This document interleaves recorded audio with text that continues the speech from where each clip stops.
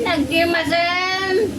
For today's video, mga auntie, magluluto kami ng Shanghai from China. Charot! Dahil umalis yung amo kong lalaki, nagpunta ngayon sa Pilipinas dahil may business travel siya at nag-iwan siya ng pera.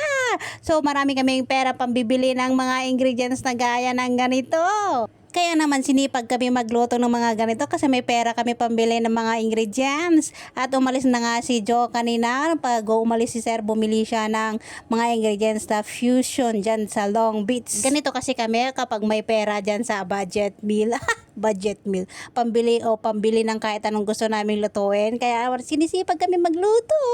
Ayan, gumagawa na ako ng Shanghai. Ako na nag-roll. Tapos si Joe naman ay gumagawa siya ng spaghetti for our lunch. Sa totoo lang mga auntie, ayoko yung magluto-luto ng mga ganito kasi ang daming trabaho.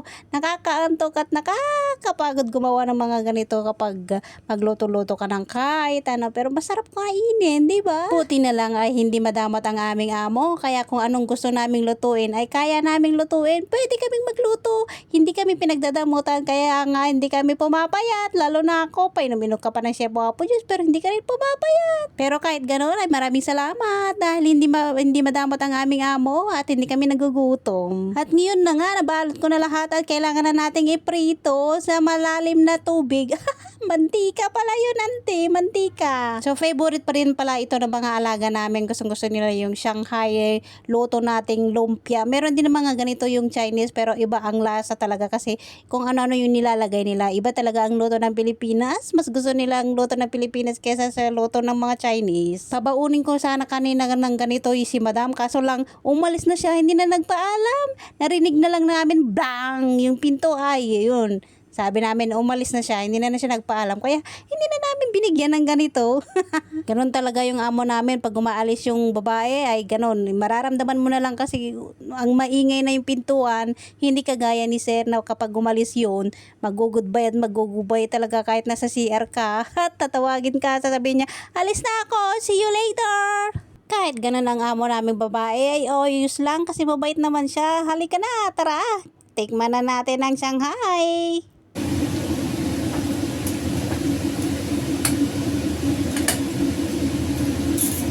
Sayaw-sayaw mo, baby.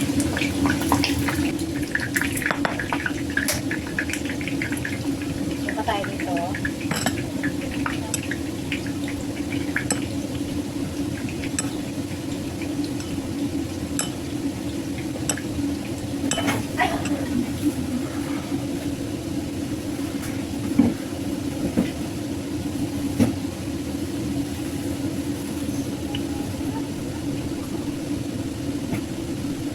Pagkakabutang.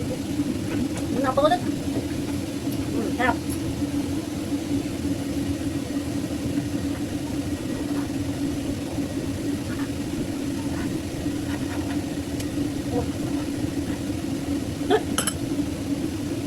Sarap.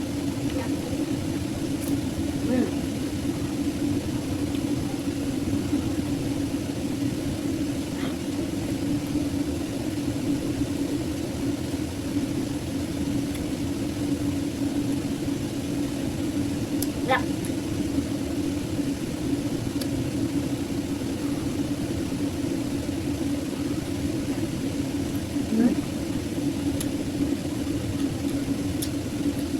Nagdimasan!